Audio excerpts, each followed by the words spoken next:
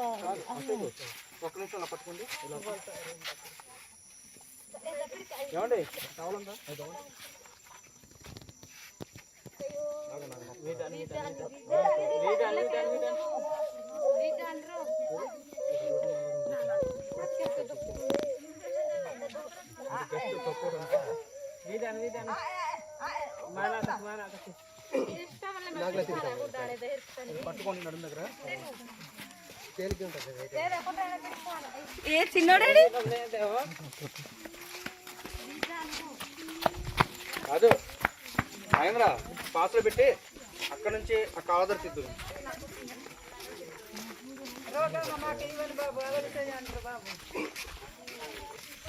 మీ కంకరనా మాకే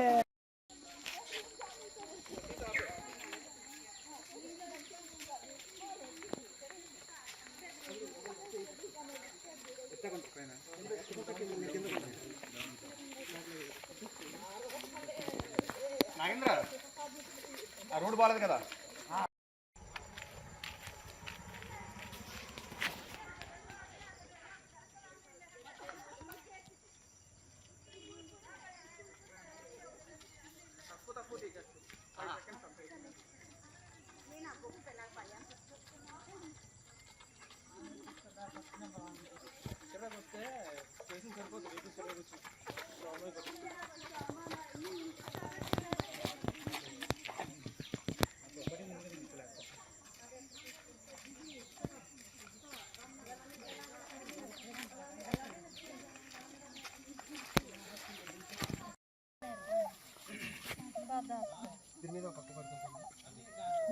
మధ్యలో ఇద్దరు పడుతుంది పట్టుకోవాలి.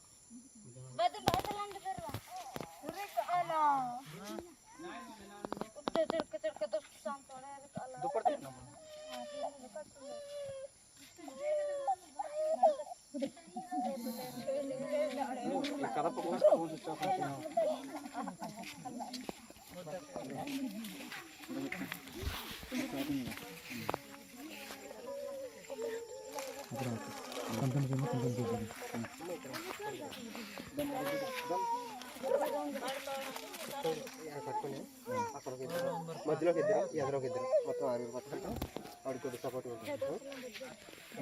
ఇల్లు ఎక్కడ ఇంకా పోవాలండి కిలోమీటర్ పట్టుకొని తీసుకోవచ్చు ఫ్రీగా అయిపోద్ది. అశోక్ ఇదే అటు ఇటు మంచమైతే 4 పలకలు సరిపోతుంది. నా పేరు రాజబాబు, వెలగలపాలెం. వెలగపాలెం గ్రామం. ఇప్పుడు కొర్ర చంటిబాబు నీలావతి అనే గర్భిణిని డోలిమోతతో తీసుకురావడం జరిగింది. కారణం ఏంటంటే ఒక 2 కిలోమీటర్ల వరకు రోడ్డు లేని కారణాన మేము డోలిమోతతో తీసుకురావడం జరిగింది. కాలాలు మారినా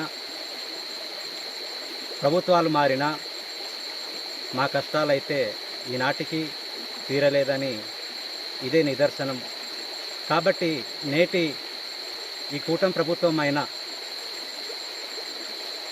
పవన్ కళ్యాణ్ గారు ఏం చెప్పారంటే డోలి మోతల రహిత ప్రాంతంగా గ్రామాలుగా తీర్చిదిద్దడమే నా లక్ష్యం అన్నారు. కాబట్టి ఈ కూటమి ప్రభుత్వంలో నైనా ఈ పీటీజీ కులానికి చెందినటువంటి కుటుంబాలని ఆ జనాల్ని గుర్తించి ఎక్కడెక్కడ ఉన్నారో ఒకసారి సమగ్ర విచారణ చేసి ఆ ప్రాంతానికి రోడ్లు వేయాలని వారి యొక్క మంచి ఆలోచనని బట్టి వారికి మేము ఎంతగానో ధన్యవాదాలు చెల్లించుకుంటున్నాం. కాబట్టి ఈ సమయంలో సీకేయపాలెం అనే గ్రామంలో కొద్ది దూరం 2 కిలోమీటర్ల మేరే రోడ్డు వేయవలసి ఉంది.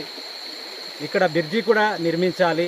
బ్రిడ్జి లేని కారణాన ఏ వెహికల్ వచ్చినా అంబులెన్స్ వచ్చినా అవతల వైపు రానటువంటి పరిస్థితి. ఇక్కడ శరవణపాలెం ప్రాంతంలో మనం చూసినట్లయితే ఒకసారి ఎంపీగా గెలిచి గొడ్డెటి మాధవి ఇదే గ్రామము ఇదే పంచాయతీ, కానీ ఆ రోజు పట్టించేసుకున్నటువంటి పరిస్థితి. ఈరోజు కూటమి ప్రభుత్వం అయినా పట్టించేసుకొని ఈ యొక్క బ్రిడ్జి నిర్మాణం చేసి 2 కిలోమీటర్ల మేర రోడ్డు వేసి అనేక మంది గర్భిణీ స్త్రీలు మొదలుకొని బాగోలేని వారి ప్రతి ఒక్కరిని తీసుకువెళ్ళాలి రావాలి అంటే రోడ్డు లేదు. కాబట్టి రోడ్డు నిర్మిస్తారని మేము ఈ యొక్క మీడియా ముఖంగా మేము తెలియపరుచుకుంటున్నాం. ఇంకోటి ఏమిటంటే స్వతంత్రం వచ్చి 78 సంవత్సరాలు దాటి 79వ సంవత్సరము అయినా సరే కానీ మాకు ఈ రోజు వరకు స్వాతంత్రం అయితే రాలేదని డోలిమోతే చెబుతూ ఉంది. కాబట్టి సంబంధిత అధికారులు లేదా ప్రభుత్వ అధికారులు మా ప్రజలపై దృష్టి ఉంచి ఖచ్చితంగా ఈ రోడ్డు నిర్మాణాన్ని బ్రిడ్జి నిర్మాణాన్ని కూడా చేపడతారని మేము తెలియపరుచుకుంటున్నాం. మేము డిమాండ్ చేయట్లేదు, ఎవరిని హీనపరిచి మాట్లాడట్లేదు. కాబట్టి ఇక్కడ ఉన్నటువంటి వాస్తవం ఏమిటంటే అనేక మంది పిల్లలు, ఒక 20 మంది 30 మంది పిల్లలు కూడా ఇదే గడ్డ మీద దాటి వెళ్ళాలి. వర్షాకాలం అయితే అసలు రానటువంటి పరిస్థితి. కాబట్టి బ్రిడ్జి నిర్మాణము రోడ్డు నిర్మాణం అనేది ఖచ్చితంగా చేయాలని మేము మీడియా ముఖంగా కోరుకుంటున్నాం. నమస్తే.